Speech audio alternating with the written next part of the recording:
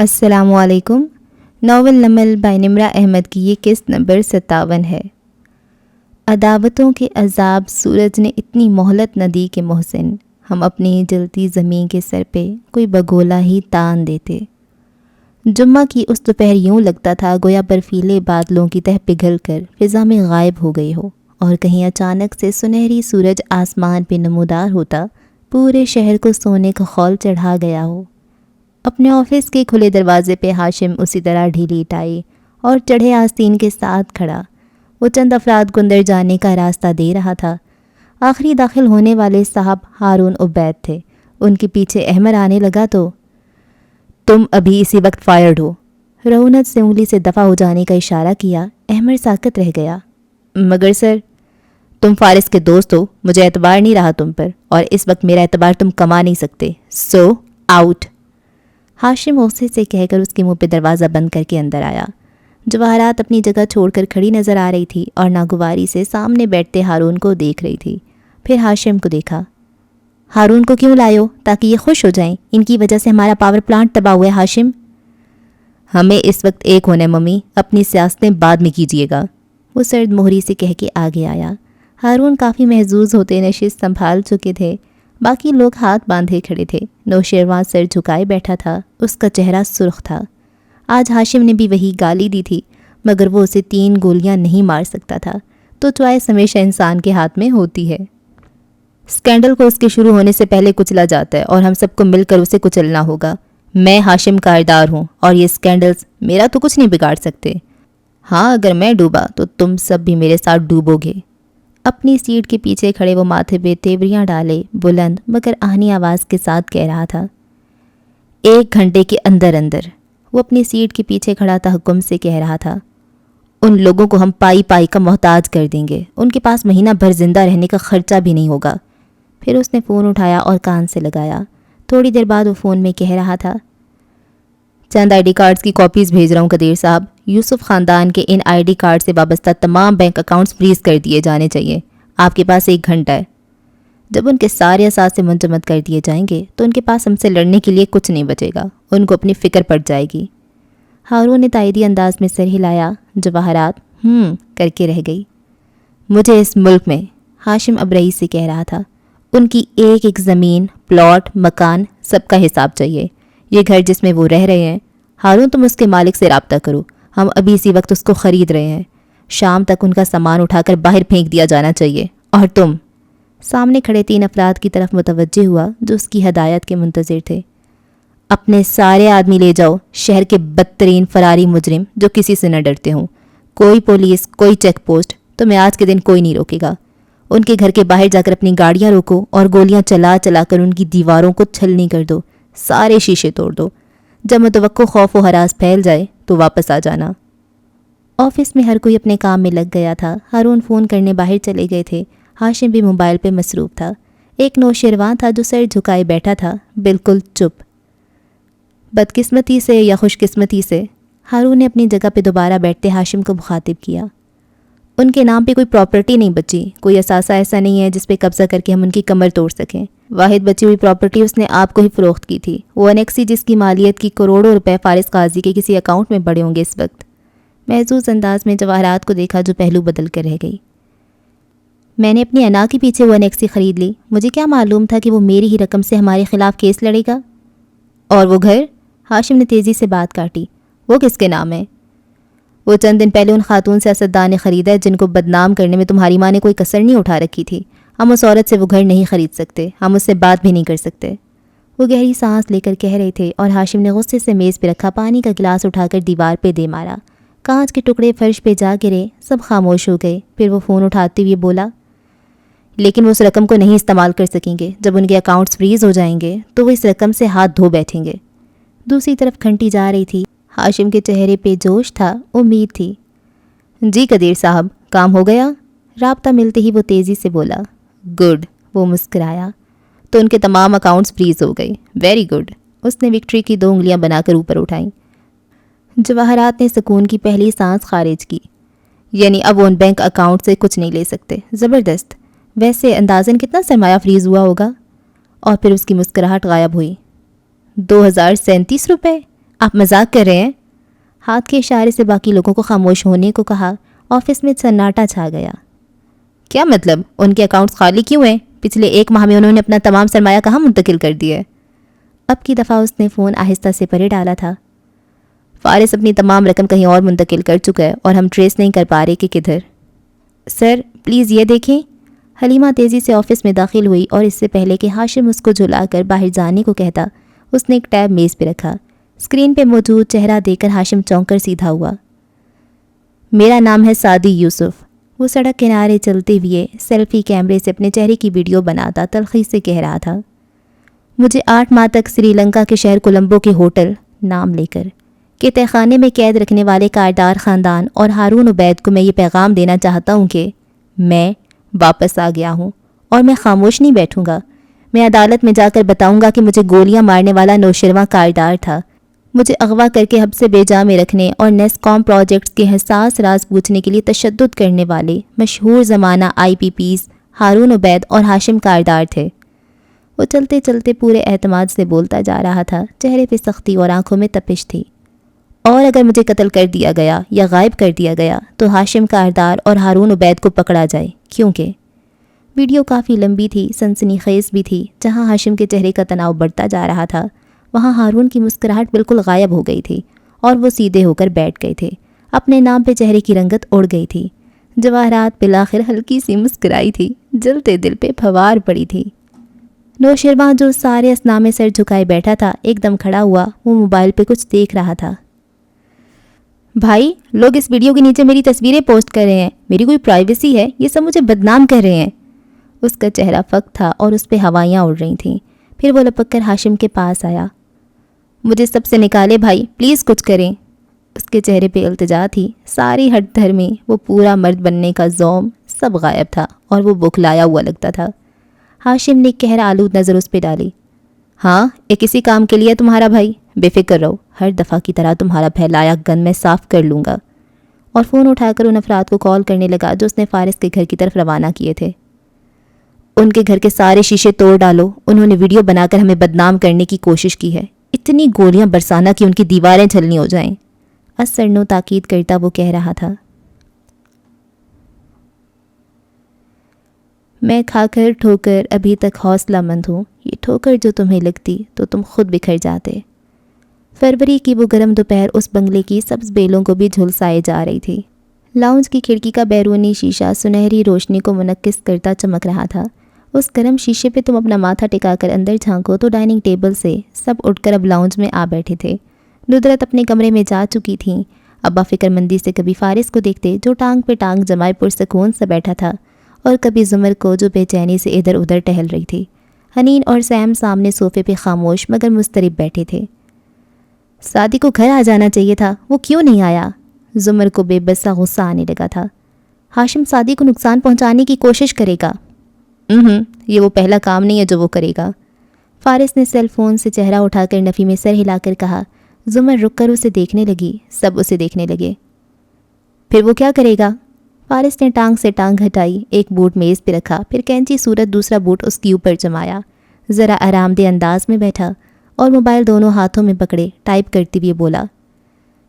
وہ سب سے پہلے اپنے سب سے قابل اعتبار ملازموں اور دوستوں کو اکٹھا کرے گا، اور جن پہ اعتبار نہیں ان کو نکال دے گا۔ احمد شفیع کی تو آج ہوئی چھٹی۔ اچھا پھر؟ ہنی نے دلچسپی سے پوچھا۔ پھر یہ کہ وہ اپنے اتحادیوں اور خود اپنے آپ کو یہ بتائے گا کہ وہ ہارا نہیں ہے، ایک لمبی تقریر کرے گا۔ میں اسے برسوں سے جانتا ہوں، میں اس کے طریقوں سے بھی واقف ہوں۔ وہ وہی کام کرے گا جو وہ ہمیشہ ایسے مواقع پہ کرتا آیا ہے دوسرے لوگوں کے ساتھ۔ ظاہر ہے کزن کس کا ہے؟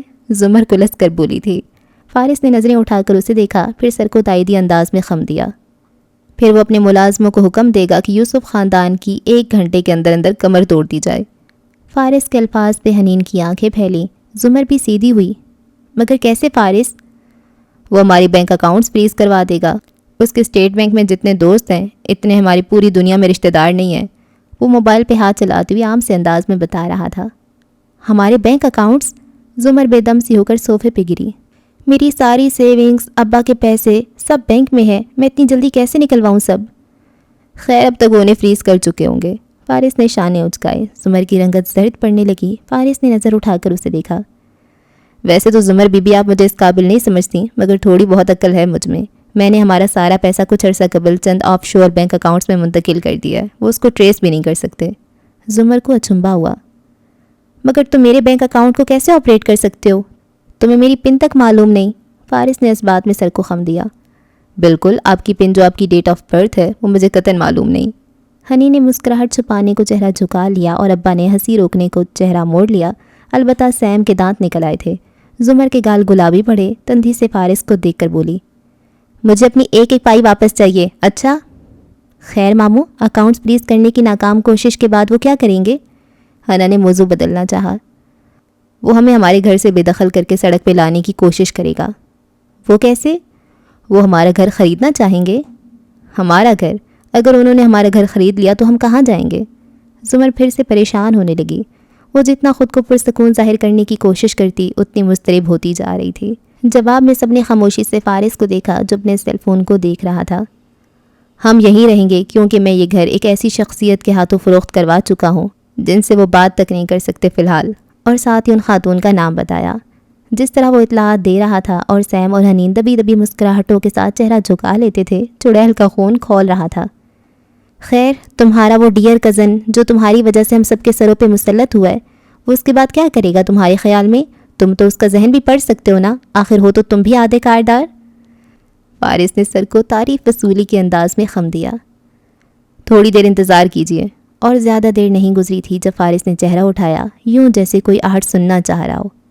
آ گئے، اس نے محظوظ انداز میں کہا، پھر سب کی منتظر صورتیں دیکھ کر بولا، کرائے کے غنڈے ہمارے گھر پہ فائرنگ کرنے آ گئے۔ تو پولیس کو کال کرو فارس۔ وہ مزید برداشت نہیں کر سکتی تھی۔ وہ لوگ ہمارے گھر پہ حملہ کریں گے تو ہمیں حفاظت چاہیے ہوگی۔ حفاظت کا بندوبست آپ کا یہ بیکار جیل یافتہ 2 لوگوں کا قاتل شوہر پہلے ہی کر چکا ہے، حالانکہ اس کے پاس آپ جیسی تیز زبان ہے نہ ذہانت و فطانت، وہ بڑے ادب سے بتا رہا تھا۔ سو جب وہ لوگ آئیں گے تو اس کالونی کی 4 مختلف چھتوں پہ موجود لوگ اپنے تمام اوزار اور ہتھیار لے کر نکل آئیں گے اور ان حملہ آوروں کو شوٹ کریں گے، جس کے بعد وہ ہمارے گھر پہ فائرنگ نہیں کر سکیں گے۔ زمر ابا بھی دنگ رہ گئی۔ فارس، یہ تو خون خرابے والی بات ہوئی۔ زمر تیزی سے کھڑکی کی طرف لپکی اور پردہ ہٹایا۔ باہر کالونی کی سڑک پہ جیپیں رکتی دکھائی دے رہی تھیں۔ ان کی کھلی چھتوں سے رائفلز اور جدید اسلحہ اٹھائے بیٹھے چند ہٹے کٹے افراد صاف دکھائی دیتے تھے۔ گیٹ اور 4 دیواری چھوٹی تھی، سو یہ منظر صاف واضح تھا۔ ایسے مت کرو فارس، روکو ان لوگوں کو، یہ غلط ہے، کوئی مر گیا تو کال کرو انہیں، وہ بے چینی سے بولی۔ اسی وقت فضا گولیوں کی تڑتڑاہٹ سے گونج اٹھی۔ درختوں سے پرندے ایک دم سے اڑے۔ کھڑکی میں کھڑی زمر کی رنگت پھیکی پڑی۔ فارس، تم اپنے لوگوں کو منع کرو، کوئی گولی نہیں چلائے گا، یہ لوگ ہوائی فائرنگ کر کے واپس چلے جائیں گے۔ اب دیر ہو چکی ہے، میں شوٹنگ کا آرڈر دے چکا ہوں، وہ لوگ اپنے پوزیشن سنبھال چکے ہیں، اور آپ کھڑکی سے ہٹائیے، یہ نہ ہو میں تیسری دفعہ جیل چلا جاؤں۔ وہ قدم قدم چلتا اس کے ساتھ آ کھڑا ہوا۔ لاؤنج میں خوف زدہ سا سناٹا چھا گیا۔ حنین اور سیم کی مسکراہٹیں غائب تھیں۔ ابا پریشان سے ہو گئے تھے اور زمر کھڑکی سے نہیں ہٹ رہی تھی۔ فارس، ان پہ جوابی شوٹنگ مت کرواؤ، تم ان کو کال کیوں نہیں کرتے؟ وہ بے بسی بھرے غصے سے بولی تھی۔ نظریں سامنے والی چھتوں پہ جمی تھیں اور یکایک قریبی 2 چھتوں پہ چند لوگ نمودار ہوئے۔ زمر کا دل زور سے دھڑکا۔ باقی 2 چھتیں اس جگہ سے دکھائی نہ دیتی تھیں۔ انہوں نے بلند آواز میں کچھ کہتے ہوئے نیچے سے چند ہتھیار اٹھا کر اوپر کیے اور ان کا نشانہ جیپ والے گھسپیٹیوں کی طرف باندھا۔ زمر دھک سے رہ گئی۔ ان کے ہاتھوں میں جدید فوٹوگرافی کے آلات تھے، ویڈیو کیمرے، سٹل کیمرے، مائکس۔ کتنی کوئی کرمنل سوچ رکھنی آپ زمر بی بی، میں تو فوٹو شوٹ کی بات کر رہا تھا، آپ کیا سمجھیں؟ وہ افسوس سے کہہ رہا تھا۔ زمر کی شل نظریں وہیں پہ جمی تھیں۔ چھتوں پہ اکٹھے ہوئے رپورٹرز دھڑا دھڑ فوٹوگرافی کر رہے تھے، گویا لائیو کوریج کر رہے ہوں۔ ان کے انداز نے گلی میں رکے کھڑے اسلحہ اٹھائے دن کی روشنی میں بغیر کوئی نقاب پہن کر کرائے کے گنڈوں کو بوکھلا دیا تھا۔ انہوں نے فائرنگ روک دی، چہرے گھما کر ادھر ادھر دیکھا، پھر ہڑبونگ سی مچی۔ کسی نے نیچے ہونے کو کہا، کسی نے اندر بیٹھنے کو۔ ٹائرز حرکت میں آئے، سڑک پہ رگڑنے کی تیز آواز کے ساتھ گاڑیاں زن سے واپس ہوئیں۔ چند لمحوں میں وہ غائب ہو چکی تھیں۔ ایسی وارداتیں عموماً فراری مجرموں سے کرائی جاتی ہیں۔ فراری کسی سے نہیں ڈرتا، نہ پولیس سے، نہ معصوم شہریوں سے، وہ صرف کسی کے ساتھ دیکھ لیے جانے سے ڈرتا ہے۔ اس کے دشمن جان جائیں گے کہ وہ کن لوگوں کے ساتھ آج کل رہ رہا ہے، وہ صرف اسی بات سے ڈرتا ہے اور یہ چند نئے رپورٹرز جن کو اپنا کیریئر بنانے کے لیے ایک چٹپٹی خبر کی تلاش تھی، یہ ہر وقت یہاں موجود نہیں ہوں گے، مگر کاردارز اب کسی کو یہاں بھیجنے کا خطرہ نہیں مول لیں گے۔ ہمیں دوبارہ ڈرانے کا مطلب ہوگا قصے کو مزید مشہور کرنا۔ وہ سنجیدگی سے کہتا اب لاؤنج میں ٹہل رہا تھا۔ ابا قدرے پرسکون تھے۔ حنین اور سیم نے مسکراتی نظروں کا تبادلہ کیا اور زمر لب بھنچے سنجیدہ سی کھڑی تھی۔ 2 نمبر آدمی، ہاں اب کیا کرے گا وہ؟ زمر فارس کے مقابل آ کھڑی ہوئی اور سینے پہ بازو لپیٹے سنجیدگی سے پوچھا۔ شاید کچھ چھوٹے موٹے کام، اس نے شانے اچکائے، جیسے ہمارے خلاف جھوٹے مقدمے کروانا، میڈیا میں ہمارے خلاف خبریں دینا، مگر میں وثوق سے نہیں کہہ سکتا کہ وہ یہ سب کرے گا۔ شاید وہ خاموشی سے انتظار کرنا مناسب سمجھے۔ وہ چاہے گا کہ ہم الزام لگانے میں پہل کریں، اور یہاں پہ میں سعدی اور اس کے انصاف والے آئیڈیلزم سے متفق نہیں ہوں، مگر ہمیں ہی الزام لگانے میں پہل کرنی ہوگی۔ فارس نے گہری سانس لی اور موبائل اسکرین ان کے سامنے کی۔ میں اتنی دیر سے اس ویڈیو کو مختلف جگہوں پہ بھیج رہا تھا۔ یہ ویڈیو سعدی نے 2 روز پہلے بنا کر بھیجی تھی۔ میرا نام ہے سعدی یوسف۔ پچھلے آدھے گھنٹے میں اس کی 2500 ویوز آ چکے ہیں اور جلد یہ ٹی وی پہ ہوگی۔ اسکرین پہ دور سے نظر نہیں آیا کہ وہ کون سی ویڈیو تھی اور فارس نے موبائل واپس موڑ لیا، مگر سب بے چین ہو گئے تھے۔ سعدی گھر کیوں نہیں آیا؟ ابھی تک دماغ درست نہیں ہوا اس کا، وہ خفگی سے بڑبڑایا تھا۔ تو اب تمہارا ڈیئر کزن کورٹ میں جانے کا انتظار کرے گا؟ وہ اسی طنزیہ انداز میں بولی۔ ہاں، اب وہ خاموشی سے ٹرائل کا انتظار کرے گا، کیونکہ وہ اسے جیت کر نوشرواں کو باعزت بری کروا لے گا، اگر کوئی ٹرائل ہوا بھی تو۔ کیوں؟ سیم کو برا لگا۔ حنین بھی حیرت سے اسے دیکھنے لگی۔ میری بیگم سے معذرت کے ساتھ، مگر اس لیے کہ وہ زیادہ اچھا وکیل ہے۔ وہ اب ٹانگ پہ ٹانگ جما کر پیچھے ہو کر بیٹھا تو زمر پیر پٹخ کر مڑی۔ میں جو اتنے ماخوار ہوئی اس کو بھی انصاف دلایا، مگر نہیں، اس کو ہیرو بننا ہوتا ہے آخر میں۔ اور چند قدم دور گئی، پھر رکی، آنکھوں پہ چمک ابھری، لب مسکراہٹ میں ڈھلے، وہ واپس مڑی۔ تھینک یو فارس، تم نے ہر چیز اتنے اچھے سے پلان کی، ہر مسئلے کا حل نکال کر رکھا، تھینک یو۔ اس کے بدلے انداز پر فارس نے مشکوک انداز میں ابرو اٹھایا۔ You are welcome. اور تمہاری اس انتھک محنت کو دیکھتے ہوئے میں نے تمہیں دل سے معاف کر دیا۔ کس چیز کے لیے؟ وہ ہنوز مشکوک تھا۔ سعدی کو مارنے کے لیے؟ پھر باقی سب کو دیکھا۔ اوہ، تم نے نہیں بتایا کسی کو کہ جب تم اس سے کینڈی میں ملے تو تم نے اس کو کتنی بری طرح سے مارا تھا، اور اس کے منہ پہ وہ زخم بھی تو تم نے ہی دیا تھا، مگر خیر تم غصے میں تھے، معاف کیا۔ چڑیل نہ ہو تو۔ وہ خفگی سے اسے گھورتا سیدھا ہو کر بیٹھا۔ حنین، سیم اور ابا ایک دم سے اسے دیکھنے لگے تھے، بے یقین تفتیشی نظروں سے۔ چلو جی، ساری کارکردگی پہ پانی پھر گیا۔ تب تک زمر مسکرا کر آگے بڑھ گئی تھی، وہ بھی جانے کو تھا۔ ماموں؟ سیم نے صدمے اور غصے سے اسے دیکھا۔ حنین بھی آستین موڑ کر اٹھ کھڑی ہوئی۔ 1 منٹ، ذرا ہماری بات سنیں پہلے۔ جھوٹ بول رہی ہے وہ، استغفر اللہ۔ وہ پیچو تاب کھاتا ان کی نظروں سے بچتا بیرونی دروازے کی طرف بڑھ گیا، اس سے پہلے کہ مور چال کی یہ چونٹیاں اسے نوچ کھائیں۔ مہربانی کو محبت نہیں کہتے اے دوست، مجھ سے تجھے وہ شکوہ بھیجا بھی نہیں۔ اگلی صبح تک کوئی خاطر خواہ واقعہ پیش نہ آیا۔ کسی بڑے طوفان سے پہلے کا سکوت سارے میں چھایا رہا۔ ہاشم اور جواہرات ہارون کے ساتھ آفس میں بیٹھے آئندہ کا لاہ عمل طے کرتے رہے۔ نوشرواں اپنے کمرے میں موبائل بند کر کے سر منہ لپیٹے پڑا رہا۔ ہاشم نے اسے پیشکش کی کہ وہ ملک سے باہر چلا جائے، مگر وہ راضی نہیں ہوا۔ میرے دوست، میرا سوشل سرکل، وہ سب سمجھیں گے کہ میں نے یہ کیا ہے، کہ میں بھاگ گیا ہوں۔ نہیں، میں نہیں بھاگوں گا، کوئی مجھے ہتھکڑی نہیں لگا سکتا۔ ندرت معمول کے مطابق ریسٹوران میں تھی۔ سیم اور حنا بھی ادھر آ گئے تھے۔ باہر فارس کے پہرے دار موجود تھے۔ سعدی کی ویڈیو سوشل میڈیا پہ پھیل رہی تھی، مگر اتنی تیزی سے نہیں کہ میڈیا والے ان کے گھر آ پہنچے۔ سو ابھی سکون تھا، سکوت تھا۔ فوڈلی ایور آفٹر میں گاہکوں کی آمد شروع ہو چکی تھی۔ حنین کاؤنٹر سے دور کونے کی میز سنبھالے لیپ ٹاپ کھولے بیٹھی تھی۔ میز پہ علیشا کا کی چین رکھا تھا اور ساتھ میں ٹوٹی ہوئی مور چال کی تختی۔ ایک نظر اس تختی پہ ڈال کر وہ اب اسکرین کو دیکھنے لگی، پھر کچھ سوچ کر خوبصورت تختیوں کو سرچ کیا۔ بہت سے امیج کھل گئے، تصاویر کی بہتات۔ حنا ان کو دیکھی گئی، نت نئے ڈیزائن، رنگ۔ درمیان میں ایک قد آور آئینے کی تصویر بھی نظر آ رہی تھی۔ اس نے یوں ہی اس پہ کلک کر دیا۔ تصویر کی جگہ اس آئینے کی ویب سائٹ کھل گئی۔ حنین یوسف نے سن رکھا تھا کہ سنو وائٹ کی کہانی میں ایک جادوئی آئینہ تھا جو ملکہ سے باتیں کرتا تھا۔ اس نے اس جامع جم کے متعلق بھی سن رکھا تھا جو بادشاہ جمشید کو پوری دنیا دکھاتا تھا، مگر اسے نہیں علم تھا کہ گوگل پہ کھلنے والی ویب سائٹ اس کے لیے بھی ایک دوسری دنیا کا دروازہ کھول دے گی۔ وہ ہوم ڈیکور کی ایک ویب سائٹ تھی اور جو صفحہ اس نے کھول رکھا تھا اس میں بتایا جا رہا تھا کہ چھوٹے سے کمرے کو کیسے سجا کر خوبصورت بنایا جا سکتا ہے، کیسے دنیا بھر کے رنگ اور پھول اس میں بھرے جاتے ہیں۔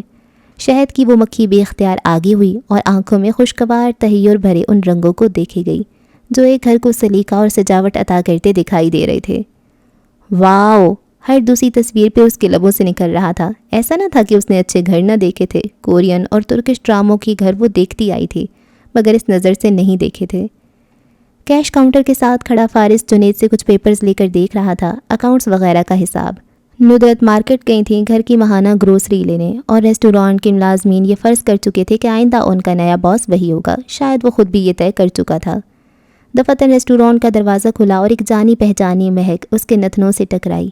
فارس نے چونک کر چہرہ اٹھایا، وہ مسکراتی ہوئی اس طرف چلی آ رہی تھی، سفید لمبا کوٹ پہنے اور بال سرخ سکارف میں لپیٹے، ماتھے سے چند سرخ لٹے نکالے، کوہنی پہ ڈیزائنر بیگ اٹکائے وہ ایک میز کی کرسی کھینچ کر بیٹھی اور بلی جیسی آنکھیں 2 بار جھپکا کر اسے دیکھا۔ فارس نے بے اختیار دور بیٹھی ہنا کو دیکھا، وہ لیپ ٹاپ میں گم تھی، پھر وہ اس کے سامنے آ بیٹھا۔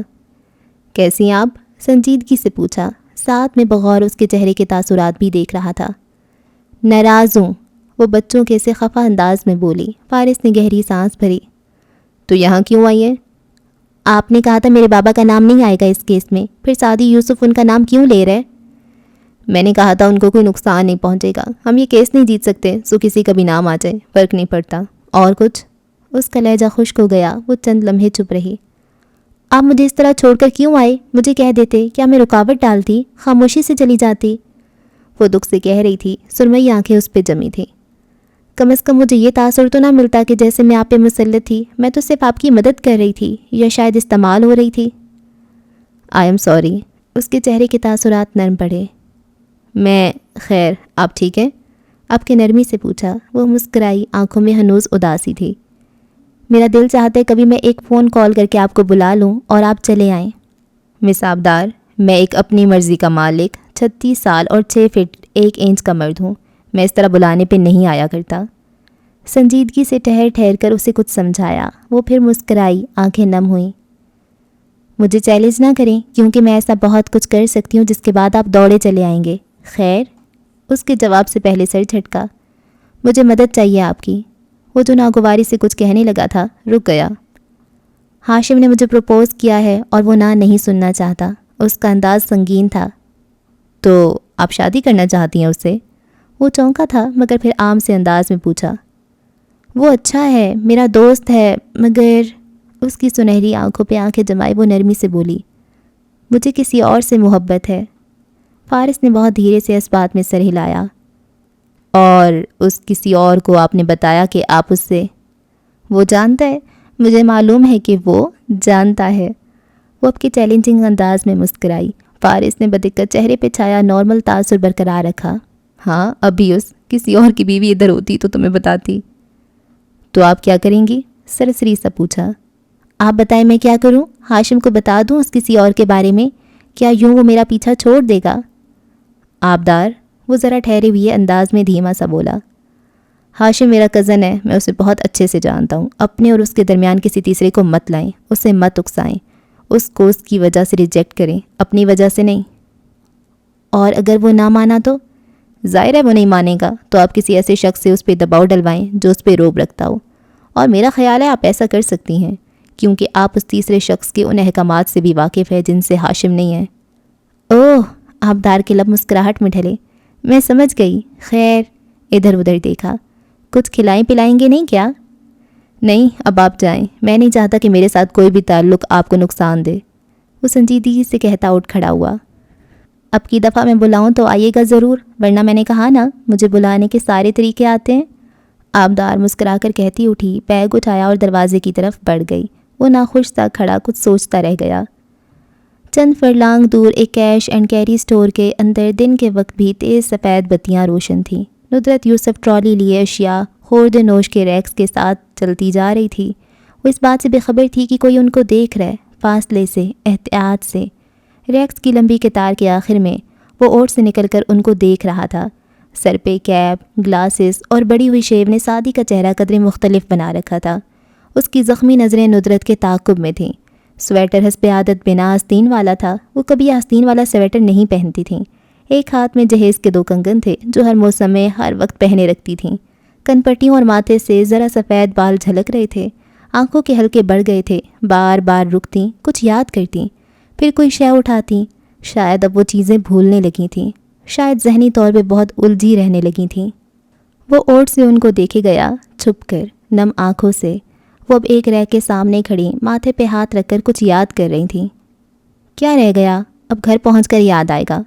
وہ خود سے خفا تھیں۔ وہ اوٹ سے نکلا اور قدم قدم چلتا ان کے قریب آیا۔ وہ پشت کیے کھڑی تھیں، وہ ٹرالی کے سرے پہ آ کھڑا ہوا، ایک نظر سامان پہ ڈالی، پھر سامنے والے ریک سے مایونیز کا بڑا جار اٹھا کر ان کی ٹرالی میں رکھا اور آگے بڑھ گیا۔ ندرت نے کسی کو جار رکھتے دیکھا تھا، سو فوراً گھومی، جار اٹھا کر دیکھا۔ ہاں، یہی تو بھول گئی تھی۔ سر اٹھایا، متلاشی نگاہ دوڑائی، کوئی نہیں تھا آس پاس سوائے گاہکوں اور ورکرز کے۔ کچھ دیر حیران ہوئی، مگر شاید کسی ورکر سے مانگا تھا انہوں نے، تبھی اس نے لا دیا ہوگا۔ خیر، ٹرالی دھکیلتی آگے بڑھ گئیں۔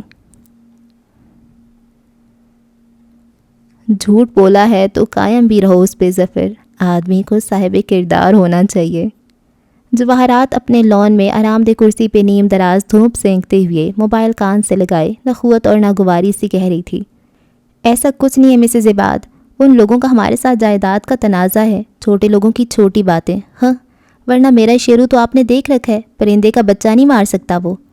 رک کر کچھ سنا، ناگواری سے چہرہ سیاہ ہو گیا۔ شوٹنگ کلب کا ممبر ہونے کا یہ مطلب نہیں ہے کہ اس نے سادی کو شوٹ کیا تھا، یہ تو اس کا ٹیلنٹ ہے، آرٹ ہے۔ 2-4 باتیں مزید کہہ کر سنا کر اس نے جھنجلا کر فون بند کیا اور ساتھ رکھی میز پہ ڈال دیا۔ ناک چڑھائے کوفت سے سر جھٹکا۔ یہ ذرا ذرا سے لوگ۔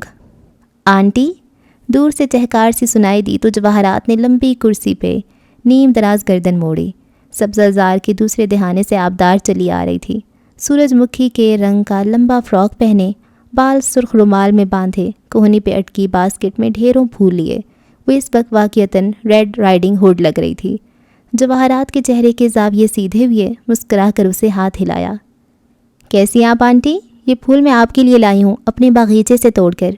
دوسری لمبی کرسی پہ بیٹھتے ہوئے اس نے باسکٹ درمیانی میز پہ رکھی۔ سفید گلابی چہرہ سرما کی دھوپ کی تمازت سے دہک رہا تھا، مگر آنکھوں میں مسکراہٹ تھی۔ میں ٹھیک ہوں ہنی، تم نے اتنے عرصے بعد شکل دکھائی۔ یوں ہی نیم دراز اپنا انگوٹھیوں والا ہاتھ بڑھا کر اس کا ہاتھ دباتی پیار سے بولی، گہری آنکھیں اس کے شفاف چہرے پہ جمی تھیں۔ بس آنٹی، مجھے تو اس پسی کی فکر ہے، وہ توبہ توبہ والے انداز میں کانوں کو چھو کر بولی۔ سنے وہ ابھی تک سری لنکا میں غائب ہے، پولیس اس کو تلاش کر رہی ہے، لیکن آنٹی میں تو سوچتی ہوں کہ وہ نہ ہی ملے تو اچھا ہے، ورنہ ہاشم تو اس کو دیکھتے ساتھ ہی گولی مار دے گا۔ کیوں؟ جواہرات چونکی۔ یہ دیکھیں اس پسی نے بھی کیسی غداری کی ہاشم کے ساتھ۔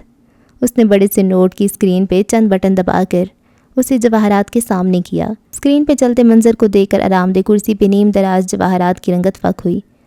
وہ آفس چیئر پہ بیٹھی تحکم سے پسی کو ہدایات دیتی نظر آ رہی تھی، سادی اور خاور کے قتل کی۔ جواہرات نے چونک کر آبی کو دیکھا، وہ اسی سادہ انداز میں بولے جا رہی تھی۔ کیسا ہولناک کام کیا پسی نے، ہاشم کی پیٹھ پیچھے اس کے مہمانوں کو مارنے کا سوچا۔ ہاشم کی پلانس تھے اپنے مہمانوں کے بارے میں، پسی نے ان کو خراب کر دیا، تبھی تو وہ دونوں بھاگ نکلے اور یہ اسکینڈل شروع ہوا۔ جب ہاشم کو معلوم ہوگا کہ پھسی اس کا ذمہ دار ہے تو وہ تو پھسی کی جان لے لے گا، اس سے سارے رشتے ناتے توڑ دے گا۔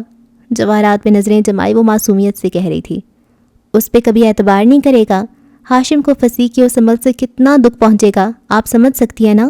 مجھے تو پھسی کی بہت فکر ہے، اس لیے پلیز آپ یہ سب ہاشم کو نہیں بتائیے گا، ورنہ وہ تو پھسی سے اپنا رشتہ ہی ختم کر دے گا۔ پھسی نامہ سنا کر وہ نوٹ واپس پرس میں ڈالتی اٹھ کھڑی ہوئی۔ اور ہاں آنٹی، ہاشم نے مجھے پروپوز کیا ہے، لیکن مجھے پتہ ہے کہ آپ ایسا نہیں چاہتی، اور آپ کو پتہ ہے کہ میں کتنی کیوٹ ہوں، آپ کے لیے ہر قربانی دینے کو تیار رہتی ہوں۔ اب ہاشم کو اس ارادے سے صرف آپ ہی باز رکھ سکتی ہیں، تو سمجھا دیجیے گا اسے۔ اوکے، میں چلتی ہوں، آج مجھے کچھ شاپنگ کرنی ہے۔ جھک کر جواہرات کے گال سے گال مس کر کے چوما، مسکرا کر سیدھی ہوئی اور ہاتھ ہلاتی واپس جانے کو مڑ گئی۔ جواہرات اپنی جگہ سے ہلی تک نہیں، یوں ہی نیم دراز پڑی رہی، اس کا چہرہ فک تھا اور اعصاب شل۔ پھر دھیرے سے ان آنکھوں میں سرخی اتری، ایک دم زور سے ہاتھ مار کر اس نے باسکٹ الٹ دی، سارے پھول سبزہ زار پہ بکھرتے چلے گئے۔ وہ زرد گلاب تھے، دشمنی کی علامت۔ جو کہتے ہیں اس آندھی پر نہ تولا جائے گا، جو اس بات پہ خوش ہیں ہم سے لب نہ کھولا جائے گا۔ تھانے کے اس وسیع و عریض ہال نما آفس میں ہیٹر چل رہا تھا۔ ایس ایچ او اپنی کرسی پہ ٹیک لگا کر بیٹھا تھا اور قلم ہاتھ میں گھماتا سنجیدگی مگر قدرے بے نیازی سے سامنے بیٹھی زمر کو دیکھ رہا تھا۔ وہ ٹانگ پہ ٹانگ جمائے اتنے ہی سکون سے پیچھے ہو کر بیٹھی تھی اور چند نگاہیں ایس ایچ او پہ جمی تھیں۔ سیکشن 161 CRPC کے تحت آپ ہماری اسی پرانی FIR میں میرا بیان ریکارڈ کریں تاکہ میں ملزموں کو نامزد کر سکوں۔ زمر صاحبہ، میں آپ کو اتنی دیر سے بتا رہا ہوں کہ وہ ہاتھ ہلاتے ہوئے سمجھانے والے انداز میں آگے کو ہوا، میں یوں بنا کسی ثبوت کے کاردار خاندان کے کسی فرد کا نام FIR میں نہیں ڈال سکتا۔ میں آپ کو ثبوت تو کیا ایک وضاحت دینے کی پابند بھی نہیں ہوں، کیونکہ CRPC 161 کے تحت یہ میرا حق ہے۔ وہ بھی اتنی ہی رکھائی سے بولی۔ آپ تحمل سے میری بات سنیں۔ ایس ایچ او کی بات منہ میں ہی رہ گئی۔ ایک دم سے آفس میں بہت سے لوگ داخل ہوئے تھے۔ ایس ایچ او کھڑا ہو گیا۔ سمر نے گردن موڑ کر دیکھا اور پھر گہری سانس لی۔ وہ سر پہ چادر لیے، قیمتی ہیرے کی انگوٹھیاں پہنے، ڈیزائنر بیگ اٹھائے باوقار سی خاتون جانی پہچانی تھی۔ چترال سے تعلق رکھنے والی سیاستدان جس کا اسکینڈل پچھلے دنوں جواہرات کاردار نے مشہور کروایا تھا، اور وہ اکیلی نہیں آئی تھی، وکلا اور گارڈز ہمراہ آئے تھے۔ اس کے لیے فوراً سے کرسیاں بچھائی گئیں، عملے کی دوڑیں لگ گئیں، کوئی چائے لانے بھاگا، کوئی بیکری کی طرف۔ کیا آپ ان کا بیان ریکارڈ نہیں کر رہے؟ زمر کے قریب کرسی پہ بیٹھ کر وہ انگلی گال پہ رکھے نرم مسکراتے انداز میں پوچھنے لگی۔ ایس ایچ او نے سوالیہ نظروں سے زمر کو دیکھا۔ یہ میرے کرایہ دار ہیں، خاتون نے تعلق بتایا۔ زمر خاموشی سے بیٹھی انگلی پہ لٹ لپیٹتی رہی۔ اور میں چاہتی ہوں کہ آپ ان کی FIR میں نامزد ملزم کا نام درج کریں۔ کیا نام تھا اس کا؟